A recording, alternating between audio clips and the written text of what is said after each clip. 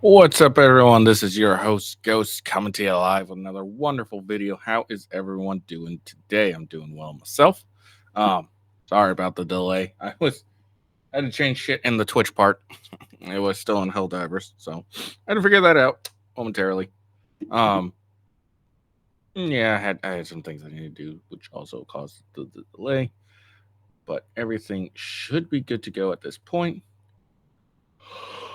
Let me just double check, make sure the audio is good, and then we will start. Okay, cool. Sweet. Audio is good. Show is good to go. All right. Sorry about that. Sorry about the delay. I had some things going on this weekend. Um, and it sucks ass. So, but we're good now. We're all good. So, let's get into it. Day 11 of the Trump trial. Yeah. So this was Friday's trial. We should finish up with the digital analyst for whatever reason. That we were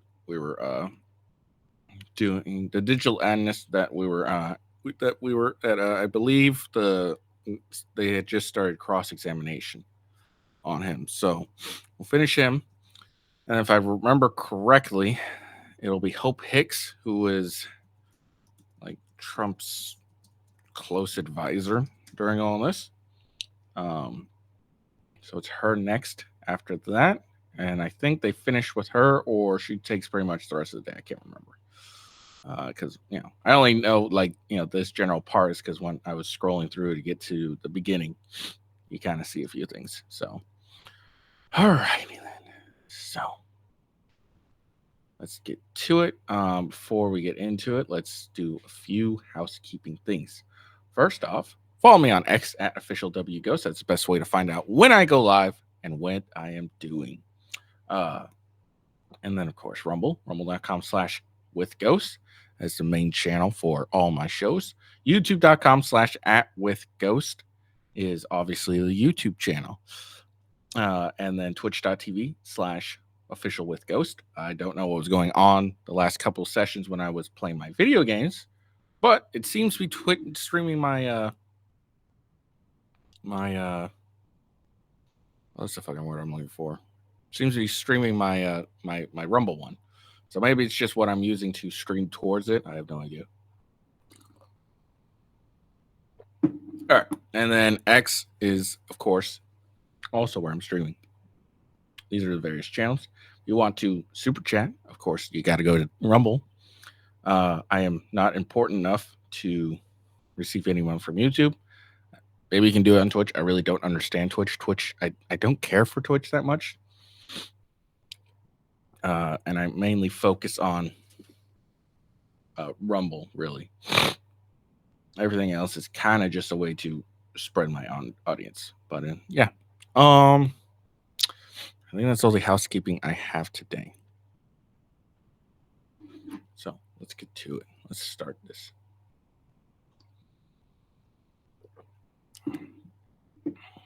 All right. So day 11. Judges on the bench. Court is back in session. Good morning, Mr. Trump, Merchant said as proceedings picked up again.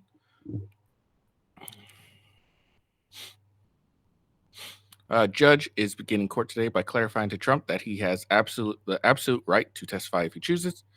Merchant says he's doing this to clarify the gag order. The order restricts extrajudicial statements, does not prevent you from testifying in any way. Merchant says it does not prohibit you from taking the stand. It does not limit or minimize what you can say. The judge did not rule on the alleged gag order violations brought against Trump. I think he does later today.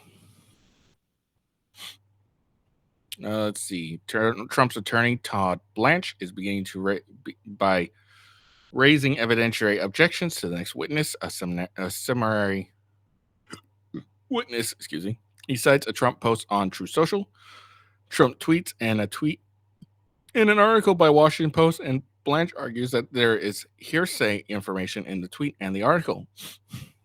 The article in question is a post piece on the Access Hollywood tape from October 2016.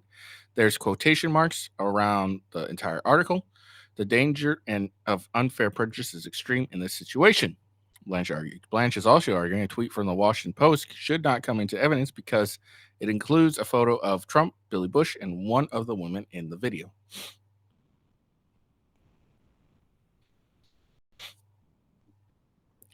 Blanche invokes the recent Court of Appeals decision overturning Harvey Weinstein's conviction. Judge says the Weinstein decision doesn't factor into this. The Weinstein reference came up as they were seeking to limit Access Hollywood tape references. Yeah, I don't really see how Weinstein really is overturning really has anything to go on with this.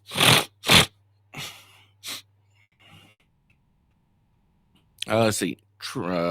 Trump's attorney Blanche is arguing that True Social posts from the former president from last August should also not come into evidence.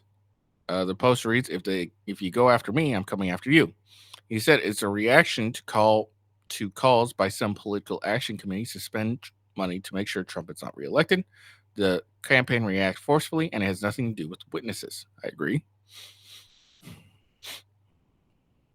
Judge reiterates that he ruled that a full transcript of the Access Hollywood tape can come into evidence per his previous ruling, but the judge says that the story in the post with a photo of Trump is damning evidence, and Murch said he does not want those words associated with a photo of Trump from the jury. It's very powerful evidence, it's damning evidence, and I don't think it's necessary, Murch says. Murch says that the prosecutor needs to have the ability to establish the date of the article, which is why they want to introduce it.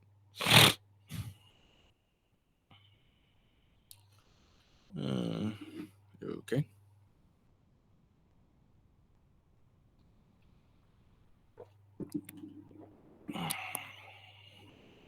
All right, so I guess that was the end of it.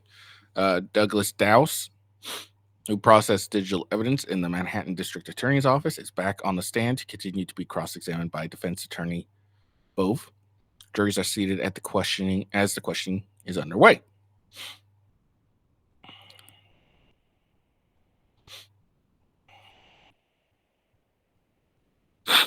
Bove is asking Dowse about the chain of custody of Michael Cohen's two cell phones when they were turned over to the Manhattan District Attorney's Office in January 2023. There is a gap from January 19th when Cohen signed a form to turn over his cell phones and January 23rd when the cell phones was taken into custody. Dowse agrees. Dowse confirmed that Cohen had encrypted messaging app Signal on his phone. When users on Signal set up the app to delete messages, it's very difficult to recover messages forensically, he explained. Let's see. Bove is asking Doug Dowse about a factory wipe of Michael Cohen's first phone on October 1st, 2016, after the date of September 6th, 2016. Audio recording on the phone between Cohen and Trump. Bove asked Dowse if the wipe raised questions about that audio file. You have to have a look at where the file came from, Dowse says. Bove has Dowse confirmed that there was a backup and a sync of the phone in 2017 when the phone was connected to Cohen's laptop. Dowse asked if he knew certainly that what was transferred back to the phone. The file is certain, Dowse said.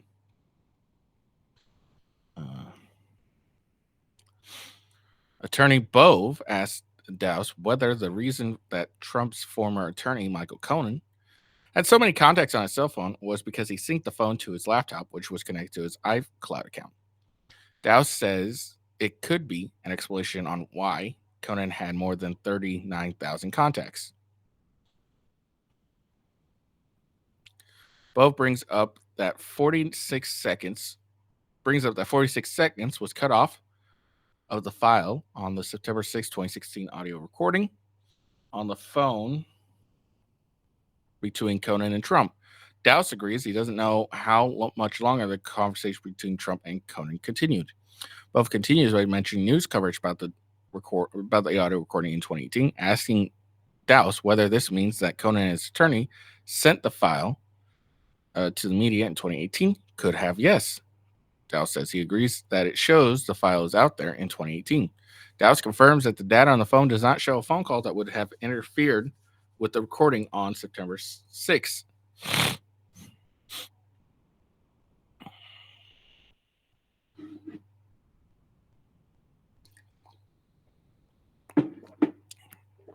Dowse explains that that had the audio recording been edited or modified after September 6th, it would show in the metadata. Bove moves to strike the answer, which judge overrules. So he says, no, you can't strike the answer. Bove then asked Dowse if that was his hypothesis. Dowse agrees and confirms that there was nothing in the metadata showing the file was modified. Bove is now asking Dowse about another sync of Michael Conan's phone in October 2020. We don't know what it was from. Bove asks, I do not.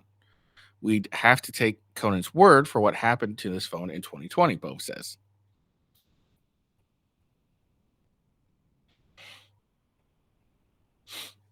Let's see. Bove says Dowse is looking at evidence from 2016 with all these intervening events between the files and when he obtained Conan's phone in January 2023. They present questions about the reliability of the evidence, Bove says. It would seem so, Dowse testified. All sorts of things have happened with Conan's phone. That creates variables that in your ideal situation would be investigated, Bove says. Dowse agrees.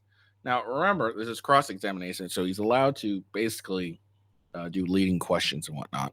So, okay, so that finishes the cross-examination, and the prosecutors are back for another round of questioning.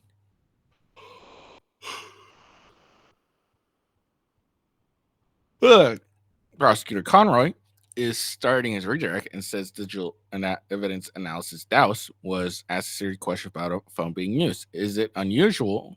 It is unusual for a phone to be used. Conroy asked. No, Dowse says. Conroy says the other recording Bove asked about are not relevant to this case, which Dowse confirmed. Conroy is asking Dowse if he witnessed any evidence of tampering on data pulled from the recording on Conan's phone. Did you see any evidence of tampering or manipulation on any of the data that you pulled related to the recording that is in evidence as People 246? That's the exhibit number. Conroy asks. I did not, Dowse says. Testifies. So that was the end of redirect, and now there is recross. Bove, did you see any gaps in the handling of this data that created risk for such tampering? Yes, Dowse testified. And that's it. Oh. Conroy is back, so it's redirect for more questioning of Dowse. Conroy's question was if he made a conversation 7 years ago with a phone in his pocket, he wouldn't expect it to show up on a call log on the phone. Dowse responded, I would not. Dowse is off the stand. There you go.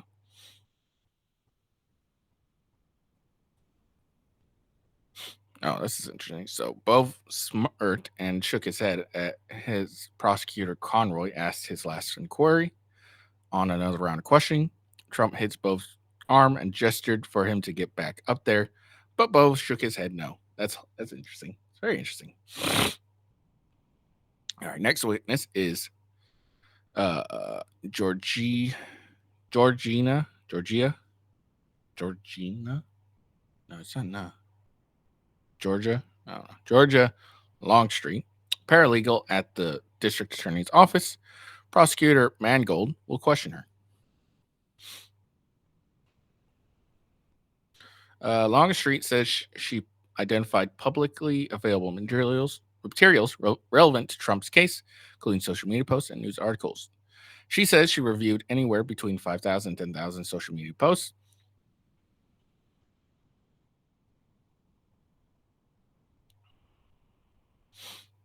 Longstreet is now explaining the social media platform Twitter and social. Longstreet says she reviewed the account at Real Donald Trump on Twitter, and she confirmed this was Donald Trump's account. Prosecutors are expected to introduce social media posts made by Trump. Longstreet explained to the jury that she placed the URL of the website into Wayback Machines to review news articles. Prosecutor.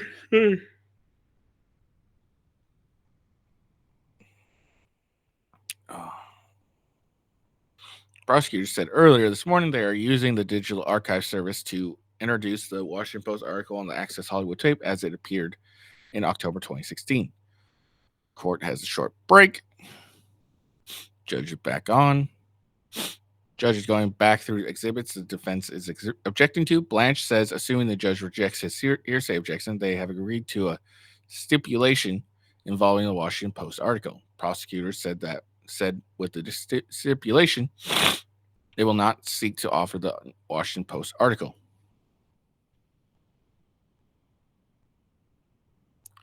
Blanche objects to a True Social post where Trump wrote, if you're going after me, if you go after me, I'm coming after you. Prosecutors want to get the evidence into evidence to show Trump's pressure campaign against witnesses set to testify. Did that have anything to do with witnesses set to testify? Judge says he's laying the social media post into evidence, saying he's satisfied the prosecutors have laid proper foundation. About what? Like, when was this post made? And did it have anything related to the witnesses? Jerry's back in the courtroom. Trump agreed to a stipulation indicating the Washington Post published an article on the Access Hollywood tape on October 7th, 2016, 4:01 p.m. ET. Jurors, the stipulation is information that the party agreed to without the need to call a witness. Judge explains, saying it should be considered as any other evidence.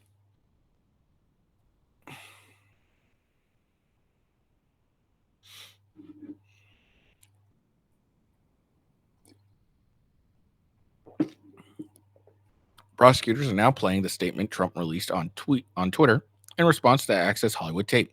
Statement said, anyone who knows me knows these words don't reflect who I am. I said it, I was wrong, and I apologize. Oh, why are you apologizing? Why are you apologizing? You were stating like basically a fact. That's all that was. You basically stated a fact. Like, you guys don't remember the Access Hollywood tape was Trump basically saying, if you're rich and famous enough, women will let you do things to them. That's basically what it is. That's the famous grab him by the pussy line, which, again, was wildly exaggerated and wasn't at all what he meant at all. She never post. She never apologized for anything. Doesn't matter.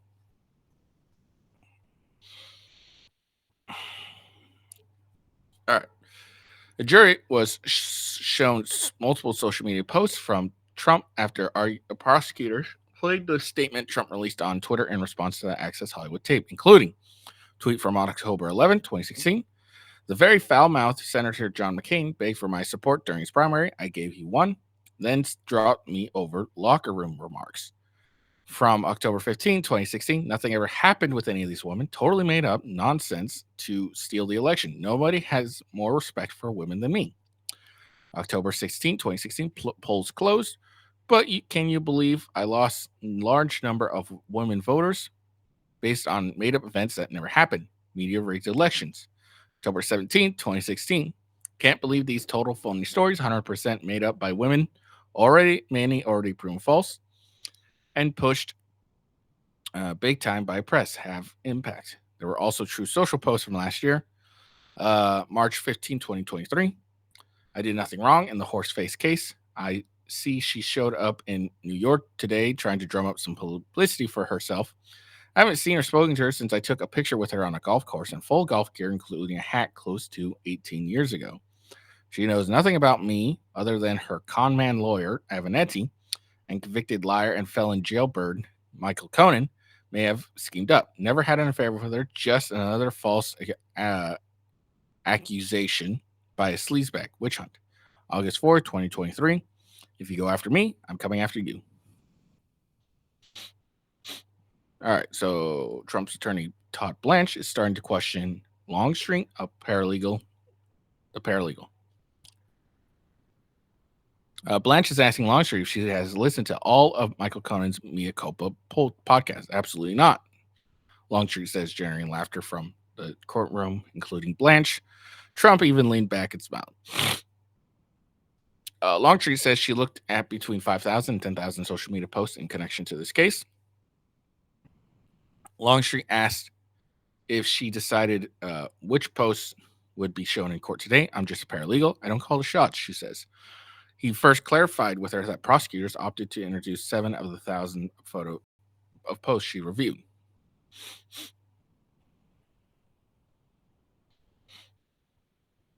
So this is Hope Hicks. That's supposed to be, damn, she's not bad looking.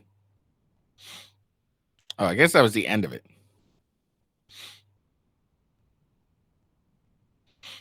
All right, so they speak. Okay, so Hope Hicks has entered the courtroom.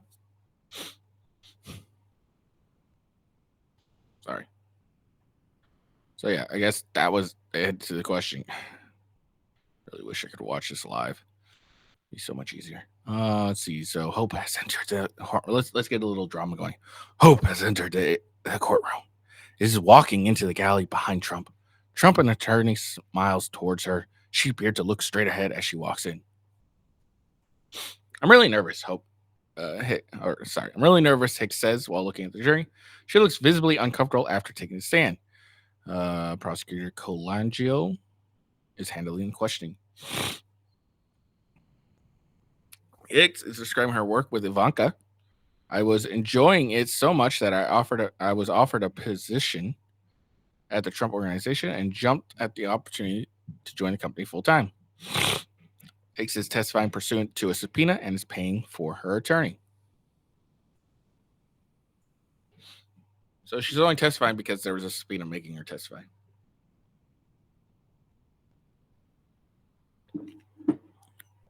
Hicks said she was last in contact with Trump in the summer or fall of 2022. Hicks says she has no current professional relationship with Trump. He is not a client in her current role. Hicks reiterated that she's nervous. She just stopped in the middle of her statement to say that she can hear herself on the microphone and it's going to take a moment to get used to it. Hicks is saying that in 2014, she started at the director of communications for Trump's organization, working on public relation material and marketing collateral for the real estate and hospitality business. She says those businesses were thriving at the time. Hicks says that when she transitions into more of the political work, she began meeting with Trump more frequently. Hicks says Trump is a very good multitasker. Hicks is working with Trump, saying he's a very good multitasker. He's a very hard worker. He's always doing many things at once, Hicks says of Trump. It's not unusual for her to be in and out of Trump's office during his meetings, Hicks says. Hicks says avoid looking at Trump in the courtroom as oh my God. She's not looking at him because she's nervous as hell.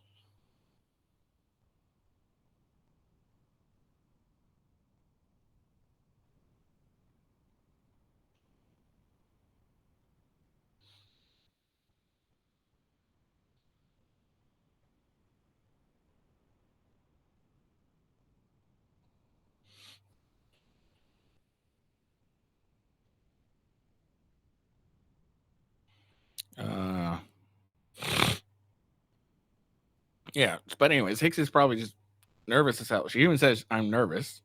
You know, it's kind of nerve wracking to have to testify and have a bunch of people looking in your eyes, knowing that this is going to be broadcast to everyone.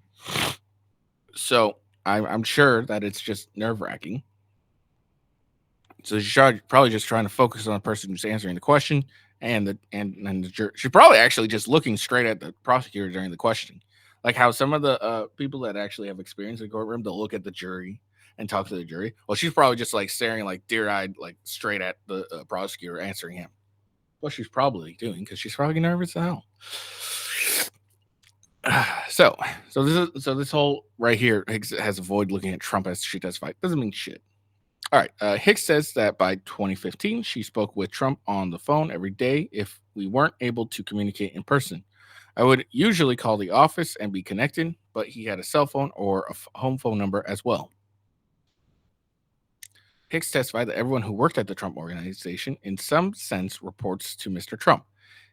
It's a very big and successful company, but it really runs like a small family business in certain ways. Let's see. Hicks says that Trump had a close relationship with Keith Schleiler. Sheeler served as director of security for the Trump organization and then as deputy assistant to Trump and director of Oval Office operations. Excuse me. In 2017, he hand delivered a letter from the president firing FBI Director Comey, entering the FBI with a Manila folder and leaving without it. When asked who Don Jr., Eric, and Ivanka are, Hicks gestured her hand towards the defense, but kept her gaze forward towards prosecutor Colangelo. They are Mr. Trump's children, she says.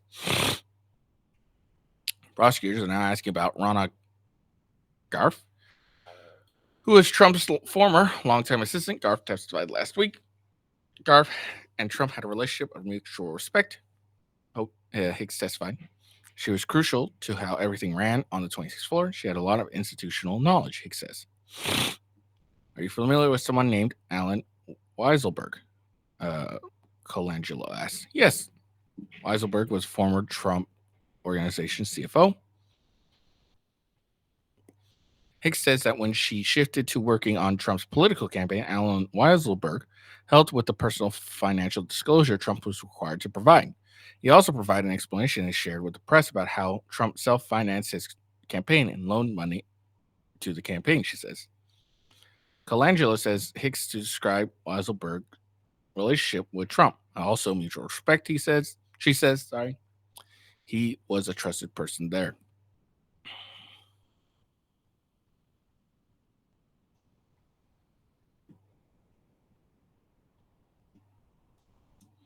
Hold on one second.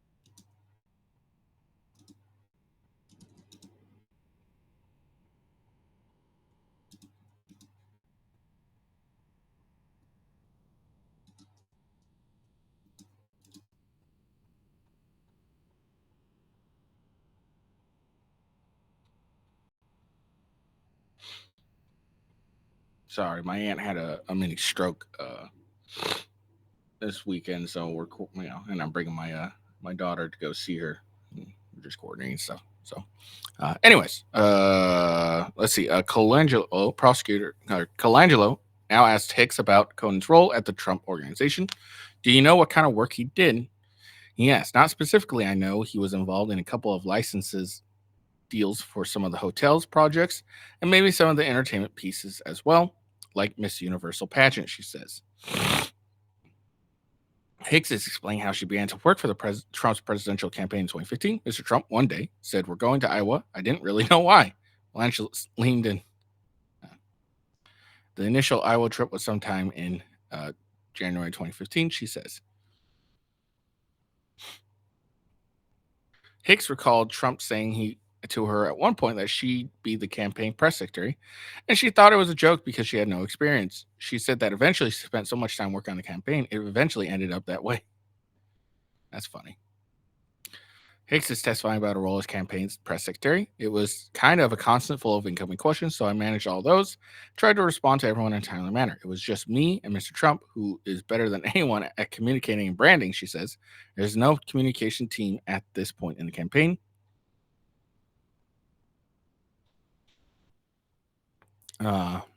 Hicks says Trump was very involved in his campaign and weighed in on media responses. He knew what he wanted to say and how he wanted to say it. We were just following his lead.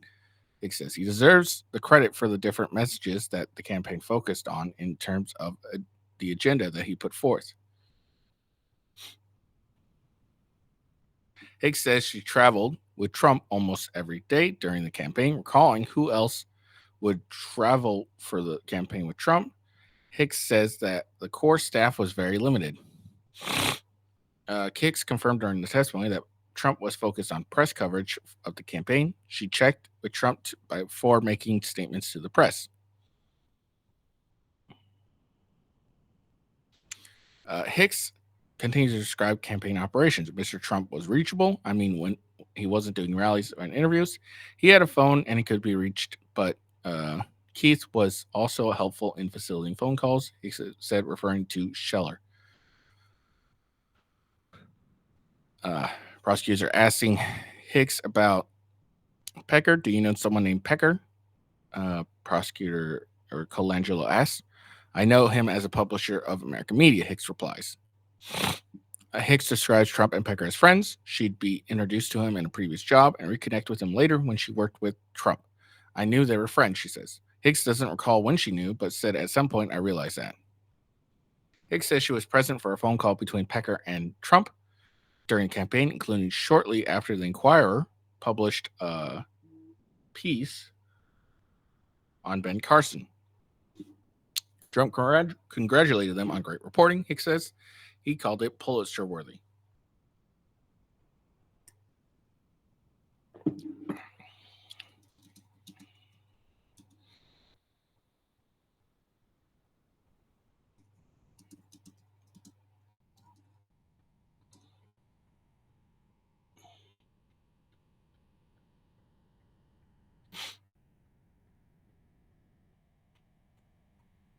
Hicks was asked if she was ever in and out of the office when Trump was meeting with Pecker at Trump Tower.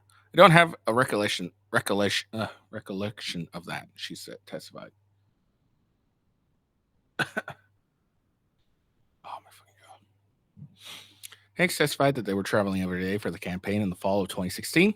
Hicks described her campaign travels in the fall of 2016, where they would go on Trump's plane from LaGuardia Airport and do between 2 or 4 stops per day. Most days, she said, they would return to Trump Towers at the end of the day.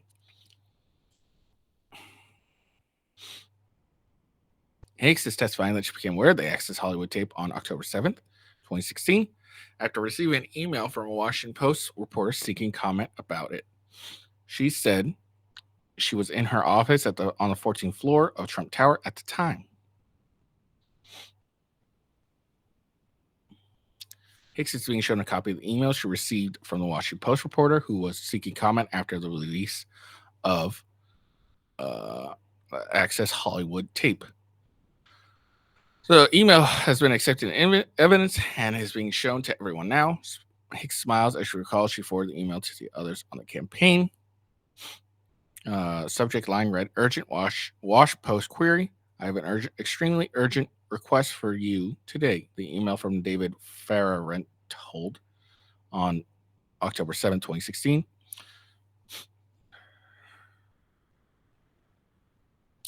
At first, her reaction was what her first reaction was to receiving the email from Washington Post reporter. Hicks says, I was concerned, very concerned. There's a lot of play, she testified. I was concerned about the contents of the email. I was concerned about the lack of time to respond. I was concerned we had a transcript without a tape. There was a lot at play, she says. Hicks says she forwarded the Washington Post email and seeking comments to several senior leaders of the campaign, including Josh Miller, David Bossie, Kellyanne Conway, and Steve Bannon. Hicks is reading over an email she sent with notes to several senior leaders of the Trump campaign after the Washington Post requested a comment about the Access Hollywood tape. Flagging, Hicks wrote in an email with 2 notes. 1, need to hear the tape to be sure. 2, deny. On the stand, Hicks is rubbing her chin as she says, deny. She confirms she wrote that with a laugh, calling it a reflex. Strategy number 2 is going to be a little more difficult, she said, chuckling on the stand again. Hicks says Trump's campaign team on the 25th floor of Trump's Tower in a conference room at the time preparing for debate. She recalled Steve Bannon, Kellyanne Conway, Jared Kushner,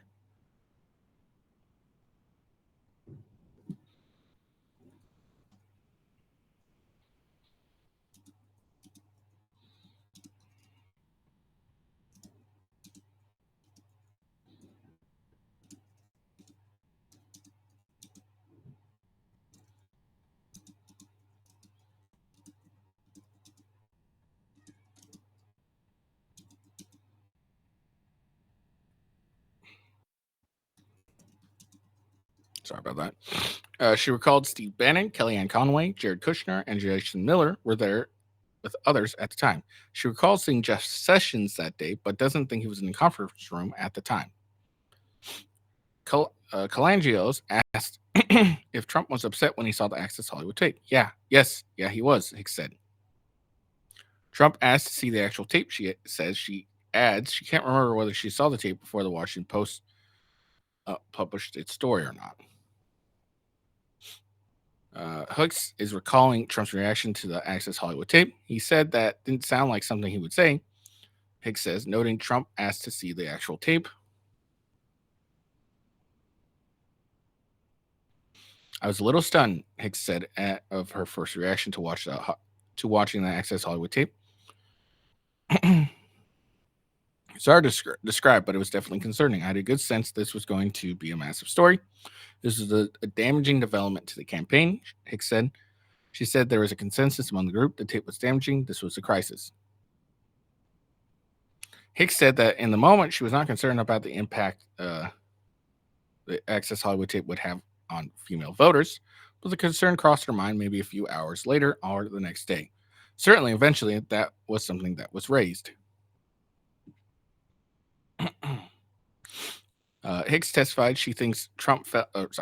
Hicks says Trump didn't want to offend anyone. I think he felt it was pretty standard stuff for two guys chatting with each other. She adds about the Access Hollywood tape. Yeah, that's exactly it. I think this thing kept getting blown out of proportion. It was ridiculous. Trump was involved in campaign response to the Access Hollywood tape. Hicks testified. He always liked to weigh in on responses, she says. Hicks has shown a copy of the first statement the campaign put out on the tape.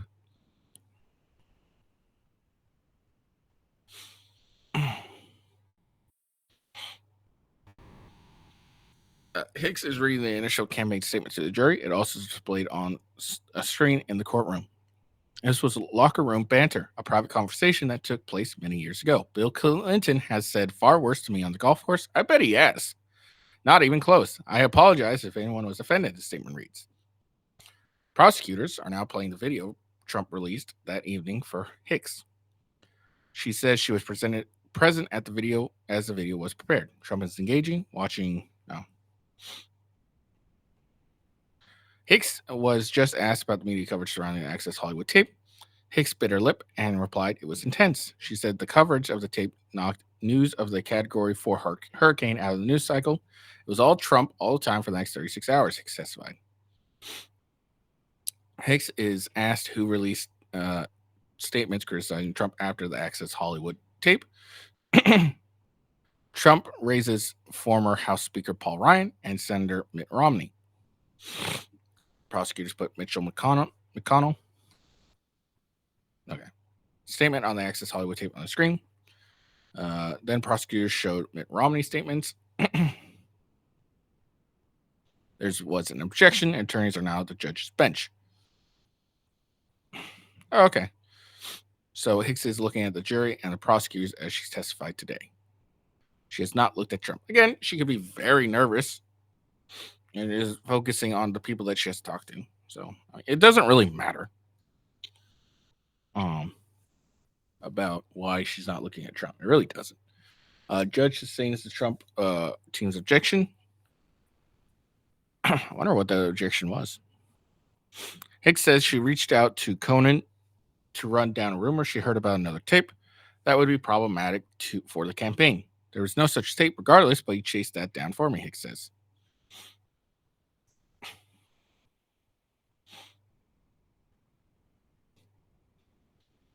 The October 9, 2016 debate, moderated by Anderson Cooper and Martha Raddatz, is now being discussed. Hicks says the Access Hollywood tape was raised during debate as one of the first questions. After the debate, Hicks confirms there were reports regarding Trump's behavior with women. That night after the debate, she says she was contacted by New York Times prosecutor Colangelo stopped her from describing the story. It's probably something that was said to be excluded.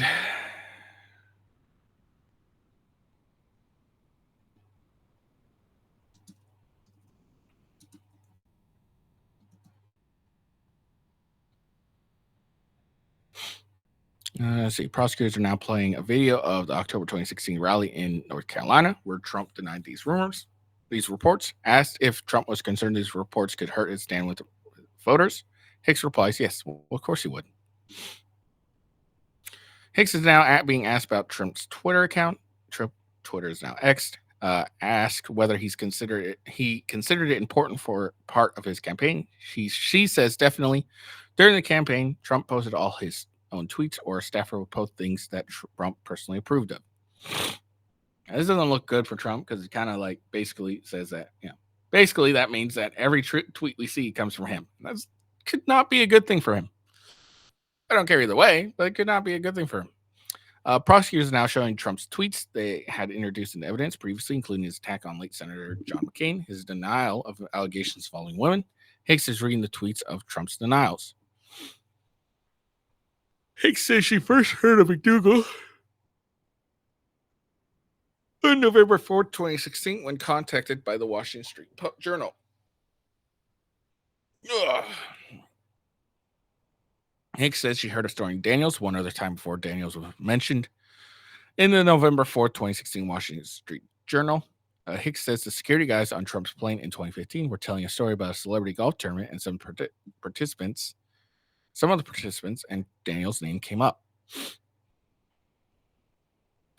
Hicks got the email about the Washington Street Journal story on Trump's plane as they were landing in Ohio for a rally. The email laid out the story about AMI buying McDougal's story of an affair with Trump. The WSJ reporter asked if Trump had an affair with McDougal, and was he or anyone close to him aware of the involvement or in the contract between McDougal and AMI. Hicks says she believed that she mentioned the email to Trump before his rally because she was worried she wouldn't have enough time to respond otherwise. Hicks says she forwarded the Washington Street Journal email to Jared Kushner because of his role in campaign and also because of his relationship with Rupert Murdoch. Hicks said she hoped to buy a little extra time. Hicks is testifying that she called Conan because she knew he had a relationship with Pecker. She also called Pecker's office, she says. She says she thinks she called Conan before Pecker, and he prompted her to call Pecker for more information. Michael sort of feigned like he didn't know what I was talking about, she says. Let's see. Hicks is describing a call with Pecker during which he explained that Karen McDougal's deal. I asked what was going on, why I was receiving this email, and he explained that McDougal was paid for magazine covers and fitness columns, and that it was very legitimate, and that was what the contract was for. Hicks says of her call with Pecker. Hicks said that she had never had any discussions with Pecker before that date about McDougal. Hicks sent draft response to Conan for review. He responded instead, saying these accusations are completely untrue and just the latest despicable attempt by the liberal media and Clinton machine to distract the public from the FBI's ongoing investigation into Secretary Clinton and her closest associates. Hicks testified that when she spoke with Trump, they called Pecker. He wanted to hear from David as well, and I believed I have recollection of us calling and David repeating that to Trump, and sometimes after that conversation Trump wanted, he didn't want to use a statement that we drafted. He wanted to craft his own statement, Hicks said.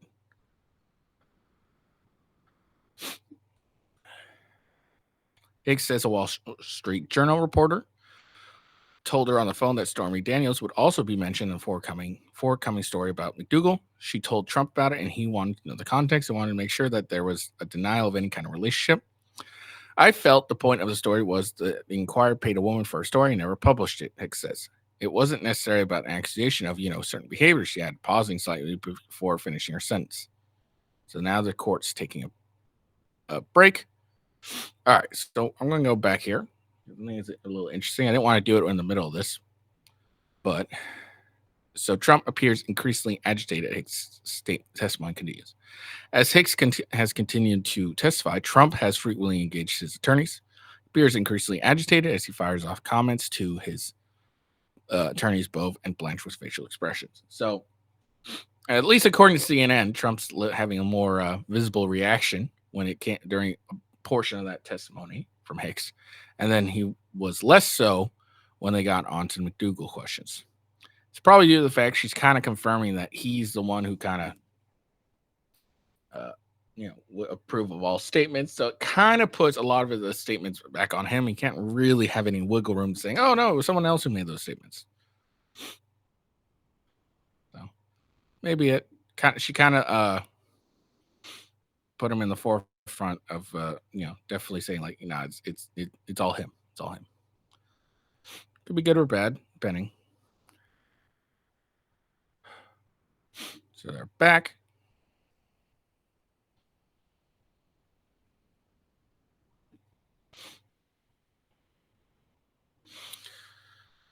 All right, prosecutors are resuming their questioning.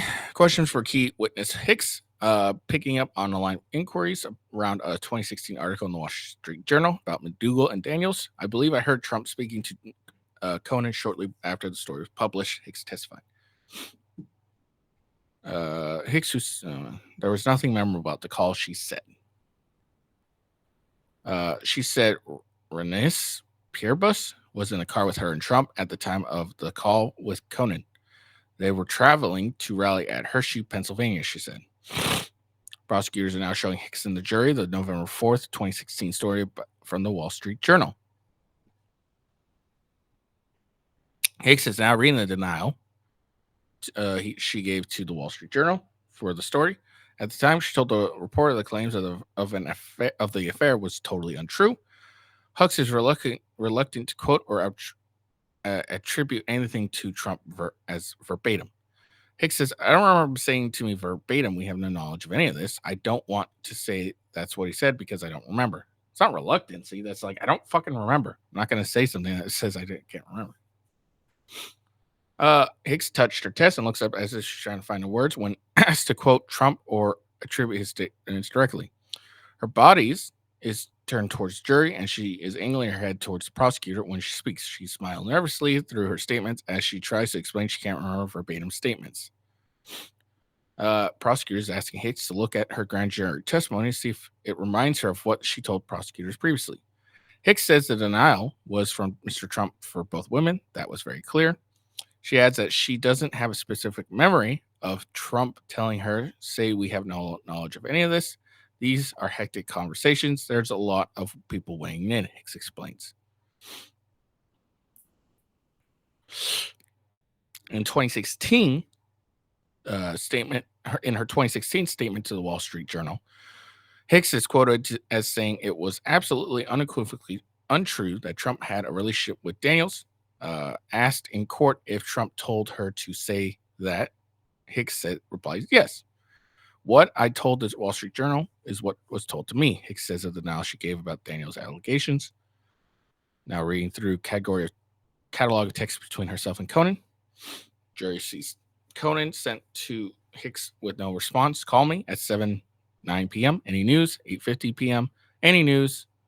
At 9:02 p.m. Hicks giggles and laughs when reading an ironic typo included in the text. She eventually responded later that night, sending Conan the article from the Wall Street Journal. "Poorly written, I.sync. See it getting much play." I think it meant to type don't. Conan texted at 10:06 p.m. Hicks said, "I agree with most of that," she added. "It will get play because the media is the worst, but he should just ignore it and blow past it." This is apparently why they think the Wall Street Journal matters. Let's see why they think it matters. Let's see. Former Hicks about Wall Street Journal that ran 4 days before the 2016 election through the campaign's crisis. Story broke the news that the publisher of Wire agreed to pay $150K to McDougal for her story about an alleged affair with Trump a decade earlier. The paper then declined to publish story, a process known as catch and kill. At the time, Hicks told the Journal that the claim of the affair was totally untrue. I mean, he hasn't admitted to the affair, so it could be completely untrue. McDougal could still have made it the fuck up. Prosecutors are attempting to establish what was happening within the Trump campaign headquarters in a hectic week before the election. The Washington story ran just weeks after the Access Hollywood tape, which caused Trump making lewd statements about women, was released. Okay. You know, it's funny. None of this actually shows why it matters, why the Wall Street Journal matters. Okay. Trump headquarters was happening within, like, okay, why does it matter what was happening within the campaign headquarters in the weeks before the election? Like, this happened 4 days before the 2016 election, all right? So the story came up, all right? The whole, what they're trying to call election interference happened months beforehand. Like when the story first was, being brought up and stuff. Like, so it doesn't actually matter. Like, and what their analysis says doesn't matter. Doesn't show why it matters, which is kind of funny, honestly. Not important.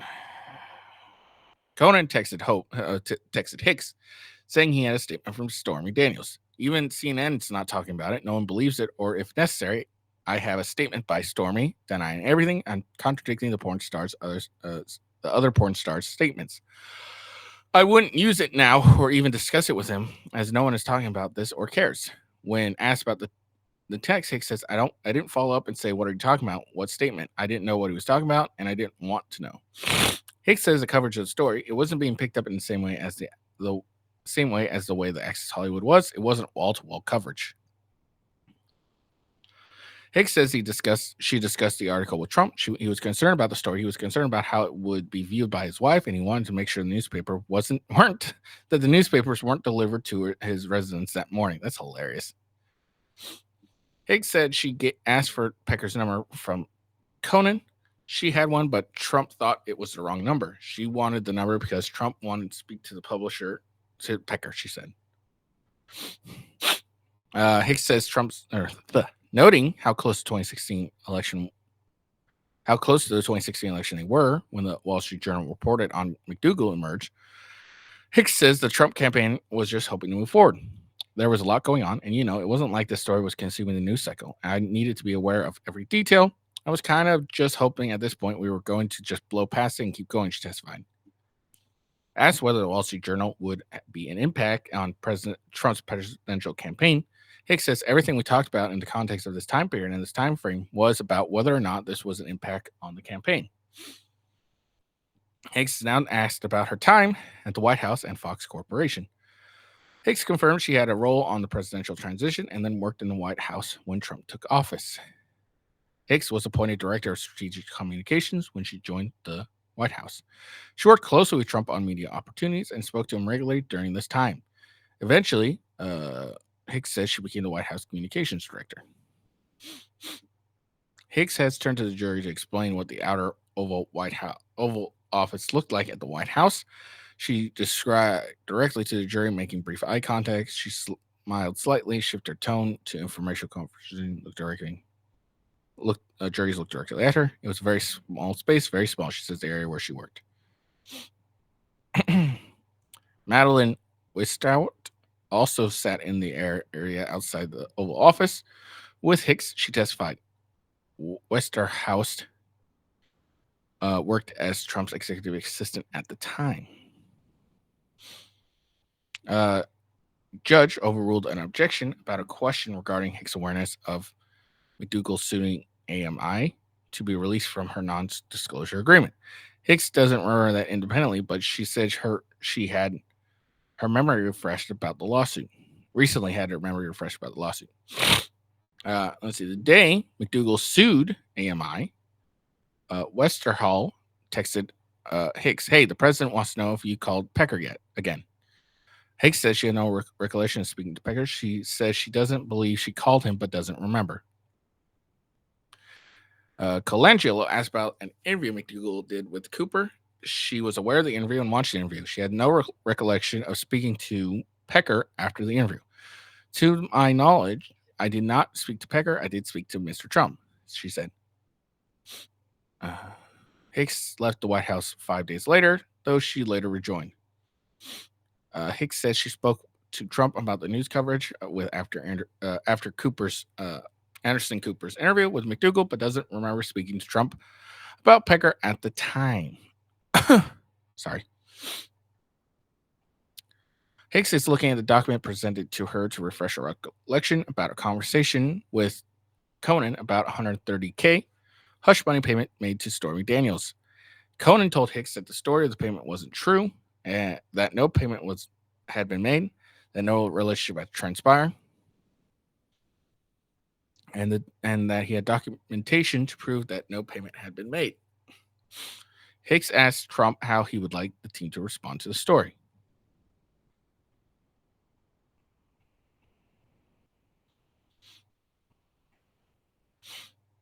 Let's see. Prosecutors are showing the jury and the court the Wall Street Journal story from 2018 about the hush money payment and a statement from a White House official.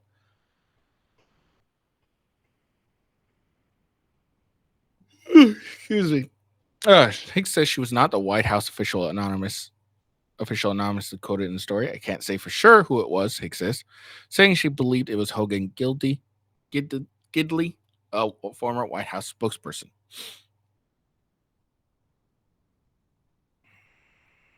Colangelo asked if, to her knowledge,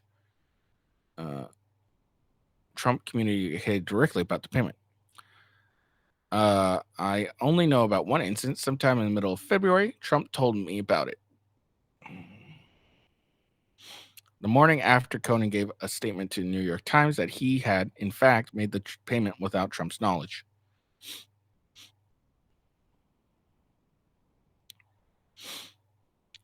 Hicks says she was skeptical about Conan's motives for making the payment.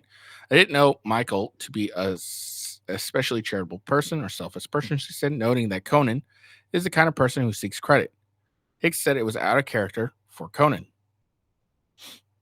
Now, it could also be that Conan made the payment without Trump's knowledge, and then later on she came back and said, "Hey, I did this for you. Give me some credit." So, all right. So Bo has begun his cross-examination of Hicks. I don't know how long this takes, but we'll see. Colangelo has. Oh, sorry, not important. We're just talking about.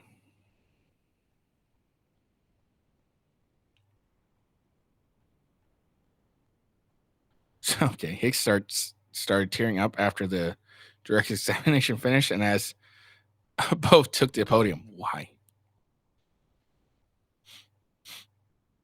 As soon as Bo began, he asked her, "I see. This is why you should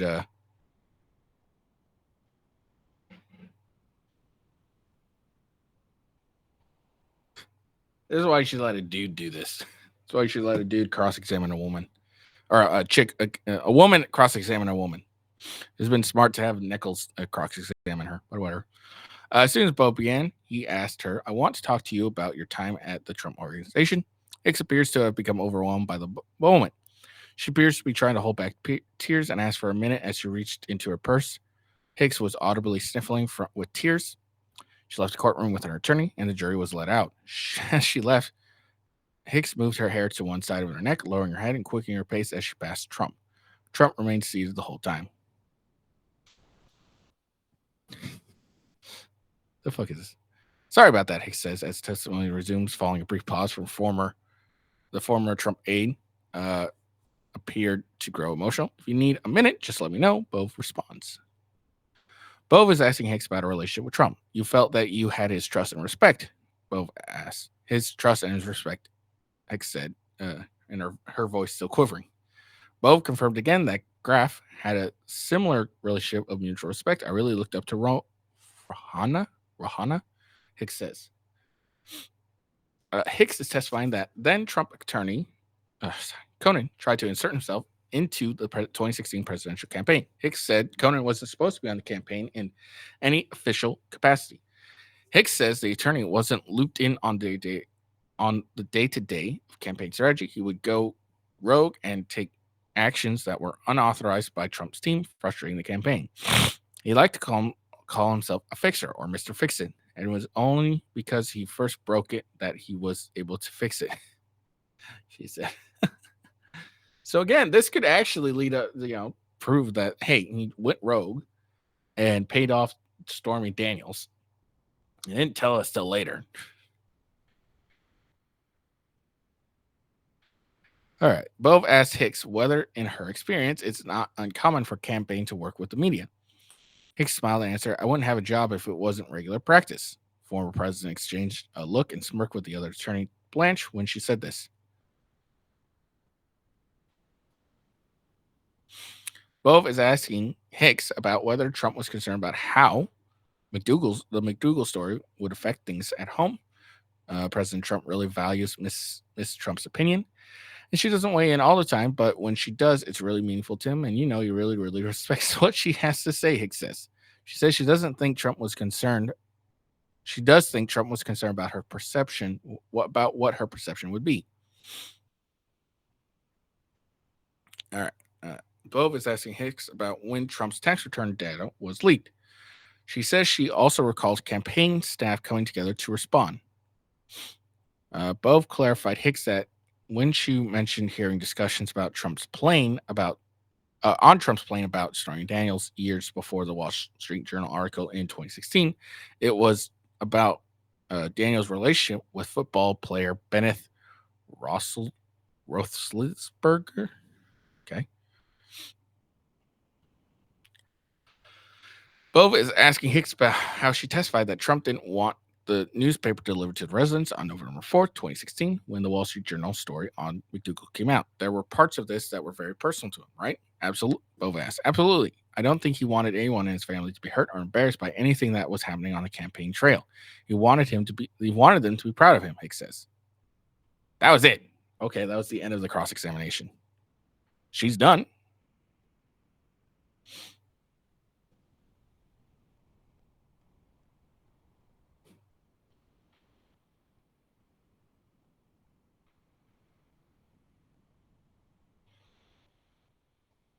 Okay. So that's it. And then, look, okay, so she's off the stand. The testimony's all done. Now look at what happened. Trump turned, nodded to Hicks with a small smile when she passed the defense table. Okay, so the entire time he wasn't looking at her, wasn't doing anything. And then as soon as the testimony's done, she's done. He gives her a small smile.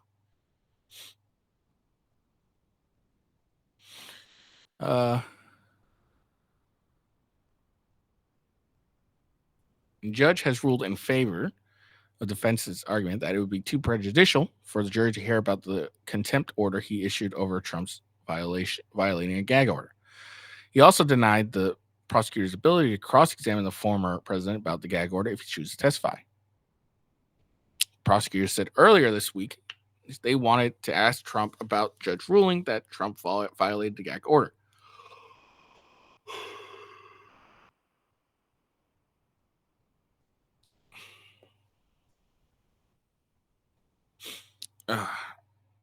Colangelo said asking Trump about the gag order violation was appropriate and allowable Sandoval evidence.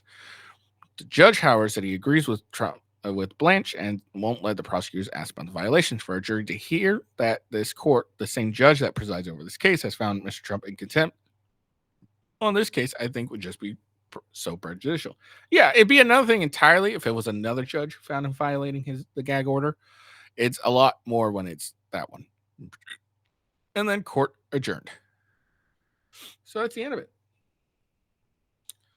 So it's testifying. That was like one of the big. That was one of the big happenings of the week. Was Hicks testifying. So we'll see what happens today. We'll see what happens tomorrow. But we'll check that out, tomorrow and see what had happened today, if anything of interest happened. So I hope you guys enjoyed that. It was fairly interesting.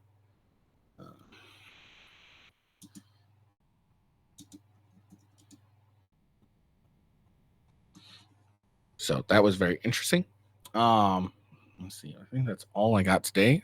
Make sure you like and follow. Subscribe to Rumble, YouTube, Twitch, whatever. More importantly, Grumble. But yeah, I hope you all have a good day. Peace out, and I will see you all tomorrow. Peace.